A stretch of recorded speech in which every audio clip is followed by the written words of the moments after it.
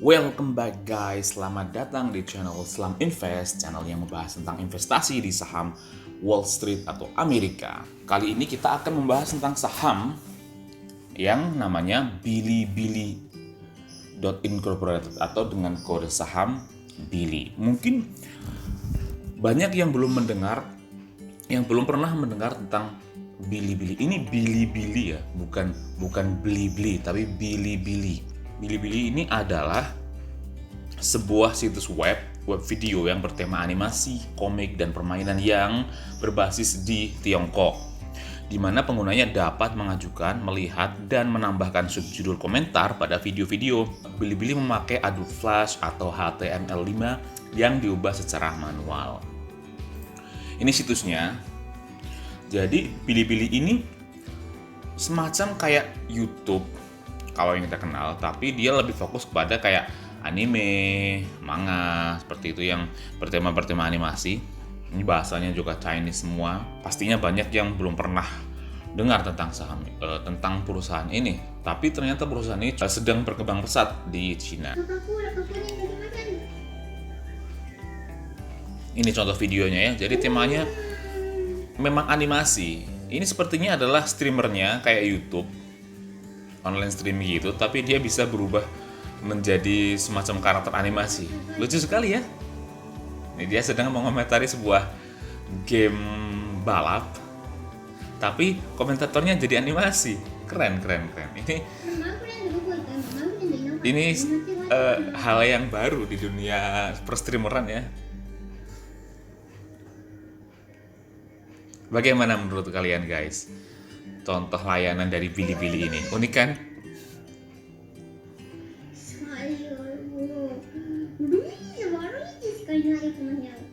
Bilibili sudah memiliki pengguna sebanyak 500.000 sekitar itu di bulan Oktober 2012 dan pada tahun 2017 Bilibili sudah memiliki lebih dari 31,6 juta pengguna.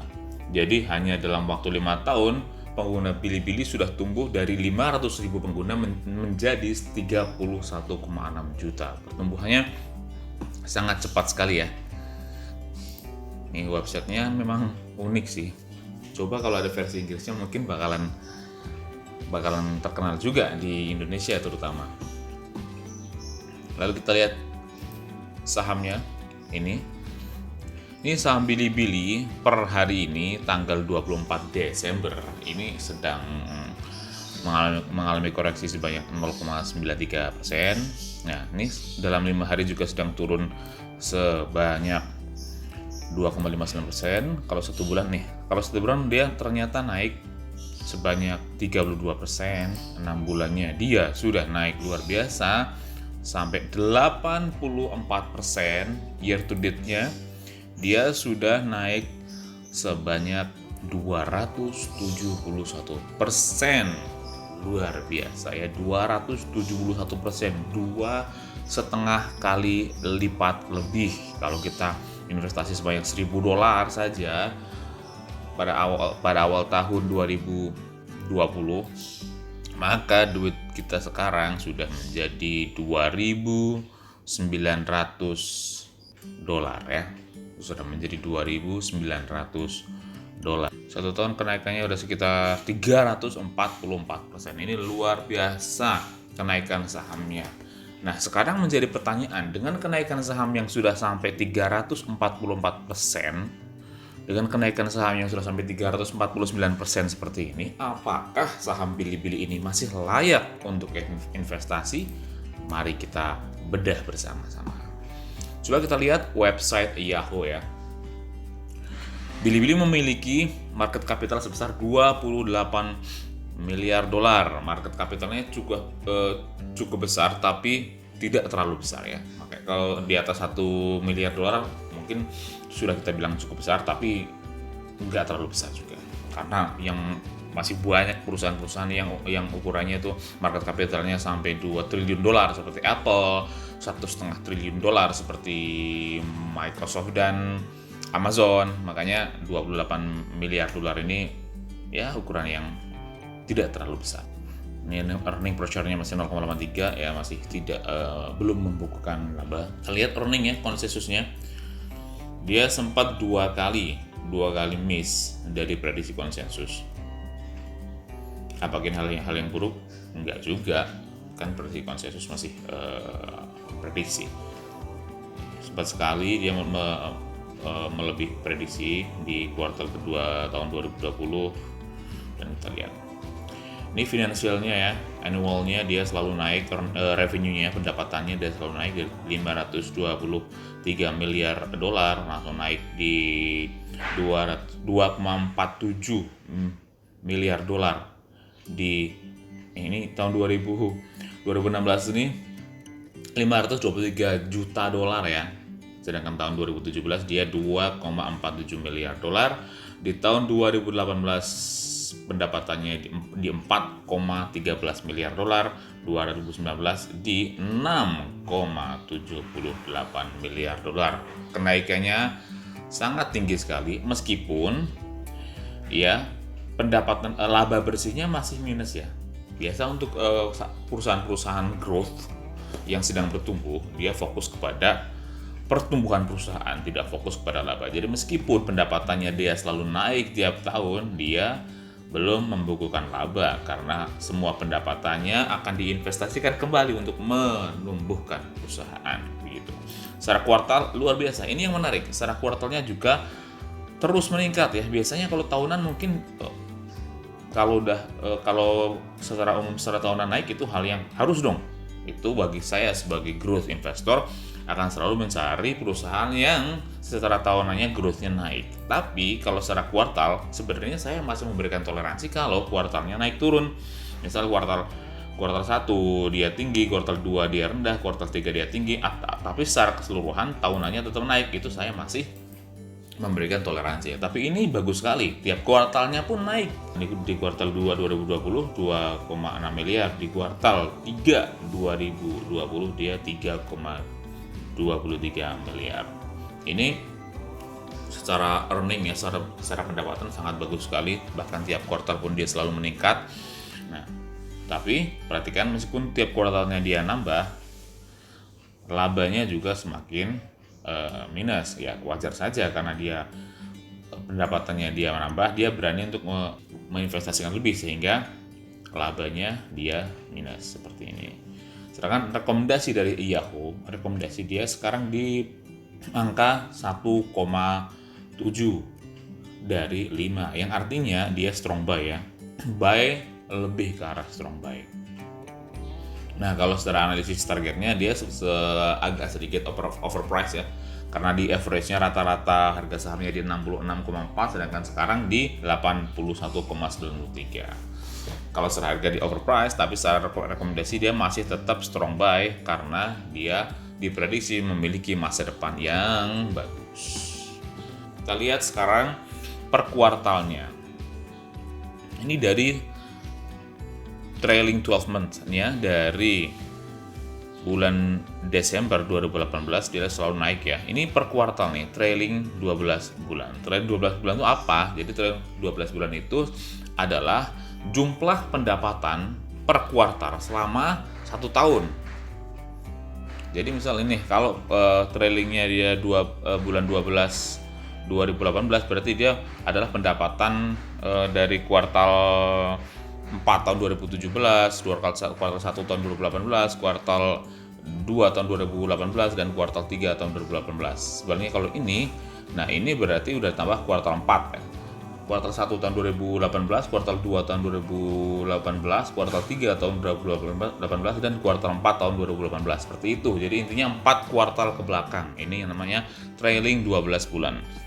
Nah, ini perhatikan, ini yang penting sekali bagi growth investor untuk memastikan apakah perusahaan ini bertumbuh atau tidak. Nih kita lihat trailingnya dia bagus sekali ya. Nih, dia selalu naik dan kenaikannya juga bukan dalam jumlah yang sedikit, tapi dalam jumlah yang cukup besar. Ini bulan Maret tahun 2019 dia membukukan year on year quarterly growth-nya dia 48,9. Di bulan Juni 2019 dia 39,75, terus 66,67, di 94,44, 62,75, 64,00%, dan yang terbaru di laporan keuangan terbaru yaitu di kuartal ketiga tahun 2020, bahkan year on year quarterly growth-nya mencapai 75,85. Ini pertumbuhan yang sangat bagus sekali. Meskipun kita lihat ya di pendapatan bersihnya. Ini pendapatan bersihnya juga ruginya semakin banyak karena dia juga membukukan pendapatan yang semakin banyak, jadi dia merasa pede untuk misal defisit ya, demi sebuah pertumbuhan perusahaan dia menginvestasikan laba yang defisit karena semuanya diinvestasikan lagi sehingga dia tetap membukukan minus. Dan memang seperti itu pola perusahaan growth stock ya, perusahaan-perusahaan yang sedang berkembang, dia belum fokus kepada laba tapi dia fokus kepada pendapatan dan untuk memperbesar perusahaan, itu fokusnya. Kita lihat valuasinya secara fundamental. Mari kita cek sama-sama. Kita mulai dari debt ya, debt to equity ratio-nya di 1,03. Ya sebenarnya untuk perusahaan yang debt-nya di atas 1 tidak begitu bagus ya. Ini 1,03, jadi mepet sekali, pas sekali di atas 1, tapi masih bisa kita toleransi karena dia masih 1,3. Tapi kalau debt to equity ratio-nya sudah di atas 2, nah itu saya mulai pikir-pikir untuk berinvestasi. Tapi kalau debt-nya masih di angka 1, masih bisa ditoleransi menurut saya. Current ratio-nya juga bagus ya, dia current-nya di atas 1, dia memiliki cash yang cukup untuk membayar utang jangka pendeknya. Jadi current ratio-nya cukup bagus. Ini price to earning-nya masih NA karena dia masih belum laba ya, jadi masih belum bisa dihitung. Ini kita lihat dari sales and book value. Ini price to sales-nya di 27,62.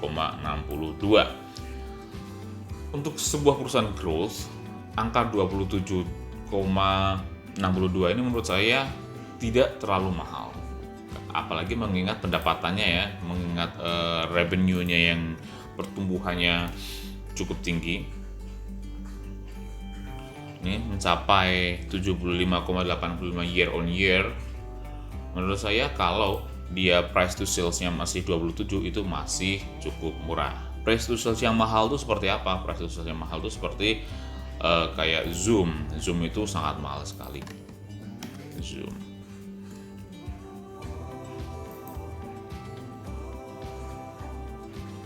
Nih bahkan kalau kita lihat kalau Zoom video communication ini, bahkan dia price to sales-nya di NA. Tapi saya pernah ngitung sendiri, price to sales di Zoom ini dia di angka 200 sekitar itu. Kalau saya dulu lihat langsung dari laporan keuangan, makanya lebih lengkap. Mungkin ini dia masih belum update, makanya masih ditulis NA. Tapi saya dulu pernah ngitung sendiri market price to sales-nya Zoom ini di angka 200, itu sangat mahal sekali. Makanya bagaimana hype-nya Zoom sekarang, saya masih belum memutuskan untuk membeli, dan mungkin belum akan saya beli dalam jangka waktu pendek ini karena yaitu price to sales-nya yang sangat tinggi sekali di angka 200. Sedangkan ini Billy price to sales-nya di 27,62. Menurut saya ini cukup murah. Nih, price to book value-nya di 24,54, ini sangat mahal sekali sebenarnya. Tapi mengingat ini adalah perusahaan Billy, ini adalah perusahaan teknologi ya, yang dia tidak memiliki aset-aset tetap seperti tanah yang banyak atau mungkin properti-properti yang kayak perusahaan-perusahaan properti, itu price to book value 24 masih bisa diterima. Ini profitability, dia EPS-nya minus setengah ya, 0,57 dolar. Net income-nya minus 185 juta dolar.